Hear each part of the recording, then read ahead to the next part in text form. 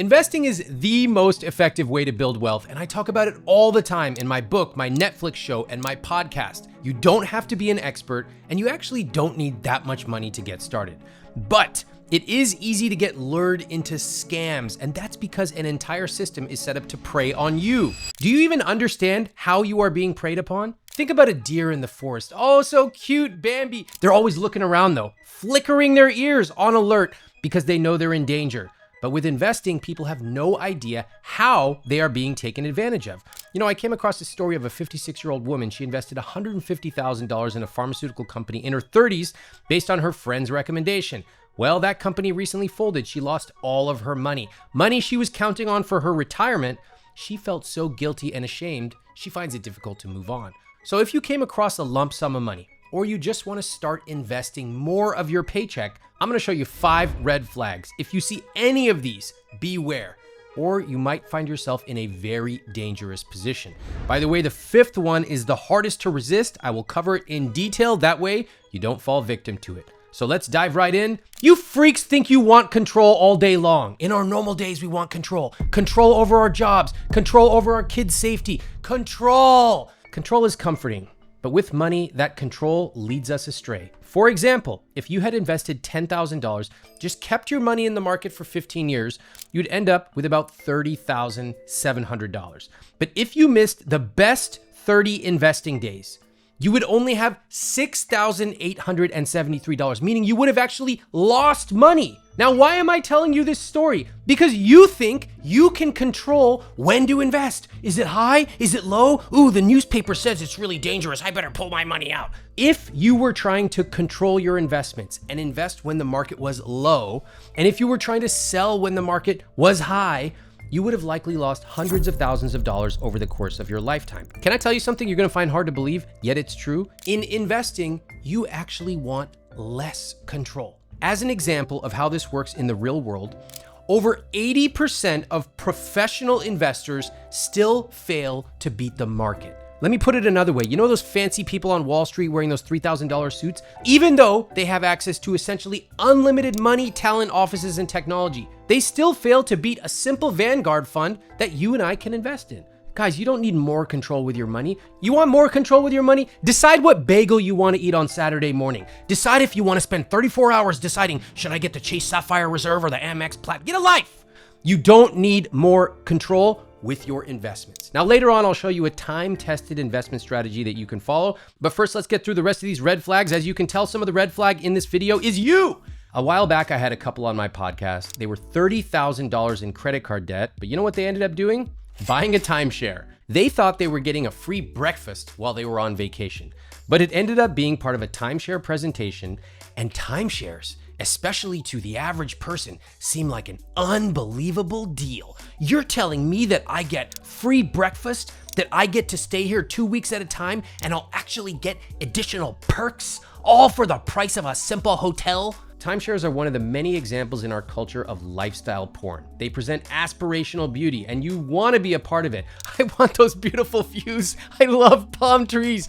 I want to drive this fast car. It's so cool. No, I don't have a midlife crisis. I just really love to hear it go boom. But what you don't think about, aside from that new car smell, which I will admit is pretty cool, is the payments for years and years afterwards. And not just the payments of the car, the additional costs, the parking, the gas, the maintenance, all the transaction fees, all of it. You don't think about how you made that purchase because it was so cool. But 4 years later and tens of thousands of dollars paid towards this car, it's just a car that gets you from place A to B for most people. You don't think about how your money is now stuck, even if you don't want to go back to that timeshare location anymore. Many people buy the dream, but they do not pay attention to the reality. For example, buying some freaking McMansion 2 hours away from work. Go, so cool, I got a yard, I love land. Did you think about having to get in that freaking car, drive to work 1 hour, 1.5, 2 hours, drive back in traffic, exhaust all podcasts on planet Earth, incur massive amounts of gas and maintenance, No, you just thought about a freaking yard that you could take a picture of and post on Instagram. Homeowner, love it. Huge McMansions, expensive luxury cars, European vacations, home renovations, and the convenience of ordering food out almost every single night. Listen, I love this stuff, all right? I love taking a vacation. I like ordering food. It's fine. We need to remember, number one, can we afford it? Number two, is it actually important to us? Many of us are sold the dream, but we don't think about the reality. So especially with major purchases like a house, a car, a timeshare, home renovations, falling for lifestyle porn once can cost you for decades. The next red flag is financial advisor fees. Now, for those of you who've seen my Netflix show, you might remember Natalie. When I caught up with her again, I had to pull out the calculator and remind her that her financial advisor, probably a guy named Chet or Chad, was costing her $141,000 over 10 years. Now, I don't mind paying a lot of money for somebody who's gonna add value to my life, whether it's a home cleaner, whether it's a personal trainer, a coach, physical therapist, but financial advisors often charge a 1% annual fee. Now, what other part of life would you pay 1%? Would you pay that to your gardener? Would you pay that to a personal trainer? No. These fees cost you a tremendous amount of money that very few people understand. Again, I don't mind if you pay someone $500 or even $1,000 a month to mow your lawn. At least you know the exact amount you're paying. But a 1% fee is engineered to be confusing. Let me show you what I mean. Let's say you're able to invest $50,000 and then every month after that, another $1,000. In 35 years, with a 0.2% low fee that you'd pay with a typical low-cost index fund, assuming a 7% return, you'd have just over $2 million. But if you pay a financial advisor 1%, you would have only $1.7 million. Let me repeat that crazy number. That's more than $380,000 going to your advisor's pockets in fees and lost returns. Now, I'm gonna tell you it straight. I would never pay a percentage of assets under management. I would and have happily paid a financial advisor to help me out, to take a second look at my asset allocation, to show me if I'm not considering certain risks. I think a lot of people can manage their own investments on their own. In fact, I'm going to show you in a minute. But if you have a complicated situation or a large portfolio, you're getting closer to retirement, sure, it can be helpful to work with a professional. Again, I've done it myself, but I would never pay AUM. Now, for a flat fee financial advisor, I recommend our partners at Facet. Facet offers dynamic financial planning that evolves with you, including monthly check-ins to help keep you accountable so you can stay on track with your goals. All Facet planners are CFP professionals and fiduciaries, supported by a team of specialists. Oh, and by the way, they do not charge a percentage of your assets. Instead, they charge an affordable, flat membership fee for financial planning. I've actually worked with them to help many couples on my podcast understand if they can retire early or pay for their kids' college or take better vacations every single year. So if you've ever wished that you had a smart team to look over your investments and help make sense of all of your financial choices, check them out to see if financial planning is a fit for you. You can head to facet.com/Ramit or click the link in the description below. All right, let's talk about the next big red flag. Basically, if you see a guy wearing an ill-fitting polo shirt and shorts, writing on a whiteboard using all kinds of complicated diagrams, you're about to get your ass ripped off. Some people really believe that if you just pick the right investment, you can get 20% returns every single year. That's like me telling you, you can run a 2-minute mile, unrealistic in the first place. Oh, and you can do that for 60 miles at a time.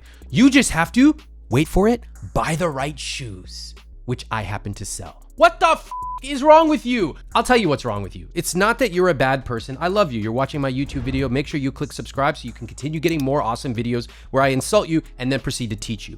What's wrong is that you do not understand the basics of how investing works. And so when somebody comes around and says, look at my cool car, it's red, and also you can get 21% returns, it's so awesome, sign up for my scammy thing. You go, oh, wow, I want a red car too. Let's learn how this actually works. You can't beat the market year after year consistently. I don't care that you're about to talk about Ray Dalio or Renaissance investing. You don't have access to those. You're not getting into Renaissance even if you have $10 million cash liquid, even 50. They don't want your money, okay? Individual investors freaking walking around, dentists, doctors trying to tell everybody, oh, please take my money. I'm a sophisticated investor. Let's talk about our friend Bernie Madoff, who promised returns as high as 18 to 20% regardless of market conditions. And a lot of people said, wow, oh, that's so cool. I live in the Hamptons. I want access to this. For years, nobody could really figure out how he was doing it. And do you know why? Because he was scamming people. He took investors' money and essentially ran a Ponzi scheme. Now, whenever someone wanted to withdraw money, he just used other people's money to cover that. And as long as somebody didn't come looking for their money all at the same time, he could keep the scheme going. Of course, eventually he was caught. In the end, he scammed people out of $65 billion, the largest Ponzi scheme in history. His victims included Hollywood celebrities like Kevin Bacon and many, many sophisticated business owners, including former Mets owners. Madoff was sentenced to 150 years in prison for security fraud, money laundering, and other felonies. He ended up dying in prison. Now, can I get real with you about how investing actually works? Not freaking scams and people making promises that are unrealistic. The truth is the market has returned approximately 10% a year on average since 1957. And almost nobody can consistently beat that. There is a chapter in my book, chapter 6 of I Will Teach You to Be Rich, called The Myth of Financial Expertise. You can read tons of research in there about why this number persists. Now, S&P Dow Jones Indices did a study starting in 2000. If a fund manager beat the market one year, they often failed to do it the following years. So what happens is you might have a hot streak for 1 year, maybe 2, but over time you tend to regress to the mean. And then when you factor on all the fees that they charge typical investors, it becomes nearly impossible to even match the market, much less beat it. Are you tired of playing defense with your money? Of always worrying that you've spent too much, even for something as small as buying a tea? What if we could go on offense with our money? What if we could become so confident that we could feel good about spending on the things we love? That is what my money coaching program is all about. Every single month in the program, I'll show you how to automate your finances, pay off your debt faster, invest your money, and actually spend on the things you love guilt-free. You do not need another budgeting app. What you need is a proven system and coaching and a supportive community that gets you results. You'll find that in my money coaching program.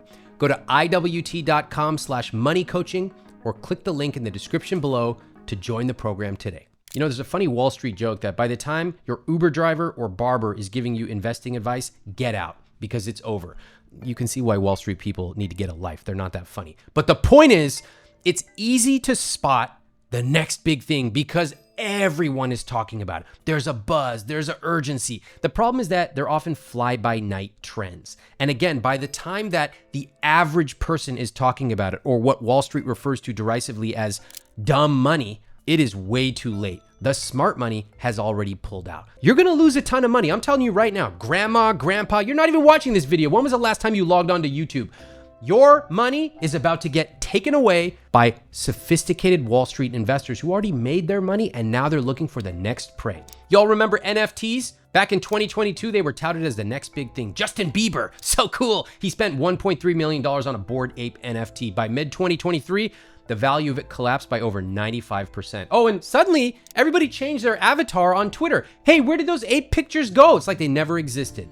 Same thing with many alt cryptos, meme stocks. There's something called survivorship bias. Basically what it means in the investing world is you only hear from the investments that survived. The ones that didn't simply get wiped from memory and also wiped from the prospectuses where they tell you how well their investments have performed. Do you understand the scam being run on you? I'm about to break this scam down right now. If you look at how mutual fund companies evaluate their investments, they'll say something like 90% of our mutual funds are rated 5 stars. And you go, oh, wow, that sounds really good. I should probably invest. I love stars. So cool. Then if you dig in deeper, you discover whenever a mutual fund underperforms, the fund company takes it out back and shoots it in the head. They go, this mutual fund, get the out. And so the only ones that persist after 7 or 10 years are the ones that are still performing. Do you understand the scam? Because you're the one being scammed. They only show you the best performing ones. And therefore, by default, they are 95% 5-star funds. This is called survivorship bias. Please learn about it. You don't even realize the game that's being played around you, but you are the victim. Hold on, I'm getting mad. Let me tell you why I'm getting mad. I don't mind if some sophisticated Wall Street investor loses their money because you know the risks, you know the game you're playing. I do mind if An everyday person like a school teacher says, you know what, I really want to invest for my family's future. They don't understand the games being played around them. It's like they walked in to make an investment. They're really interested in doing the right thing, and everyone else in the room is in on it. Anything your friends or family are trying to talk you into probably falls into this category as well. You think I'm listening to what some rando's telling me about individual investments? Oh yeah, Nvidia, so cool. You never want to go all in on any single investment. Instead, you want to diversify and you want to understand how asset allocation works. Now, this is the time-tested path to building serious wealth. You want to be diversified across stocks and bonds. Within stocks, you want to have large cap, mid cap, small cap, maybe some international stocks in the mix as well. Bonds, you want to be well diversified as well. And there are low cost index funds that do all of this for you. They pretty much just invest in the entire market. That is how generally you can make about 8 to 10% a year over time. Now, again, in general, the younger you are, the more you will have invested in stocks. As you get older, that's going to become a little bit more conservative and become weighted a little bit more towards bonds. And if you're like, what is this guy talking about stock? I don't want to learn all this shit. I don't even want to read chapter 7 of I Will Teach You to Be Rich, which explains all of this. Target date funds are made for you. They automatically adjust asset allocation for you. You just pick a fund based on your retirement date, and that is it. Like Vanguard, Fidelity, Schwab, if you're going to retire in 2065, they have a 2065 fund. That's it. Now, if you have your asset allocation all squared away and you want to invest in crypto or whatever individual investment, the next big thing, be my guest. I actually encourage you to have a little fun with your money. Allocate 5% of your money to something speculative, but don't be surprised if you lose money. It's okay, but make sure you control your risk. And if you want more details on investing, check out this video on the best investing strategies if you're making 25K, 60K, or 100K.